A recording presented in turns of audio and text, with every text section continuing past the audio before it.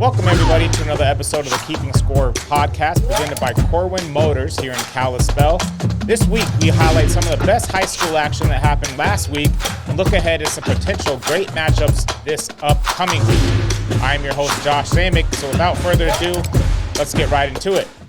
Crosstown is always circled on everyone's calendar in the year here in the Valley when Flathead and Glacier face off against each other, and last week, the two schools faced off each other in football, volleyball, and soccer. Glacier swept the Crosstown series in all of the sports, with the boys soccer team winning 2-0 and the girls winning 5-0. The Wolfpack dominated the Braves in football, winning 56-0, and were led by Kobe Dorcheus, who gained 189 total yards and scored a touchdown. The matchup of the week in Crosstown was the volleyball game held on Tuesday, where the Wolfpack won in 3 sets, 25-21, 28-26, and 25-20. I also want to give a shout out to Grace Lingle, who led the team with 10 kills and who was our week's poster player of the week. And Whitefish, the soccer team, swept Thompson Falls with the boys winning 5-1 and the girls winning 3-0. The boys and girls begin their first round of playoffs this Saturday, with the boys playing Lone Peak at noon and the girls playing Hamilton at 1 p.m. Whitefish boys finished the soccer season in second place in the North A standings with a 9-2-1 record. The girls finished 8-3-1, good for third place in the standings. At Columbia Falls, the boys' soccer game ended in a 1-1 tie with Whitefish last Tuesday. The girls won 1-0. Their first-round playoff matchups are also on Saturday. The boys will play Polson at 2 p.m., while the girls play Loyola at 4.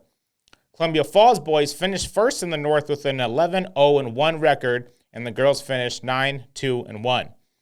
At Bigfork, the boys' soccer team did not qualify for the playoffs, but the girls did.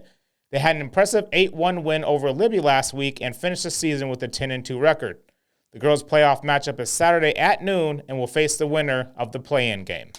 Moving on to football, we've already discussed what happened with Flathead and Glacier, so let's get into what happened with the other 3 schools in the Valley. Bigfork dominated Browning, winning 68-7 to improve to 5-2 on the season. Cole Schmidt threw for 3 touchdowns and Checker Hickey ran for 93 yards and also scored 3 times. Bigfork will travel to Columbia Falls this Friday for a matchup with the 4-2 Wildcats. Columbia Falls football cruised to a 49-0 victory over Libby last Friday, led by quarterback Banyan Johnston, who accounted for 4 touchdowns through the air and scored a run rushing as well. Whitefish also had a huge victory, beating Stevensville 48-0. 5 different players scored for Whitefish in a balanced attack, and they will host 4-2 Polson this Friday at home.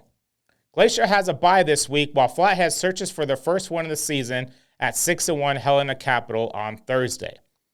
That's it for this week's Keeping the Score podcast. I want to thank our sponsor, Corwin Motors, and join us next week where we will discuss what happened in those playoff matchups as the fall sports season begins to shift to regular season into playoff mode.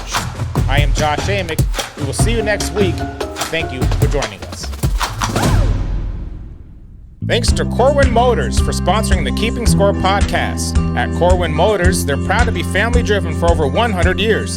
Their commitment goes beyond selling cars. They're dedicated to serving our community and providing you with the highest quality vehicles to fit your lifestyle. Whether you're searching for reliability, style, or comfort, they got you covered.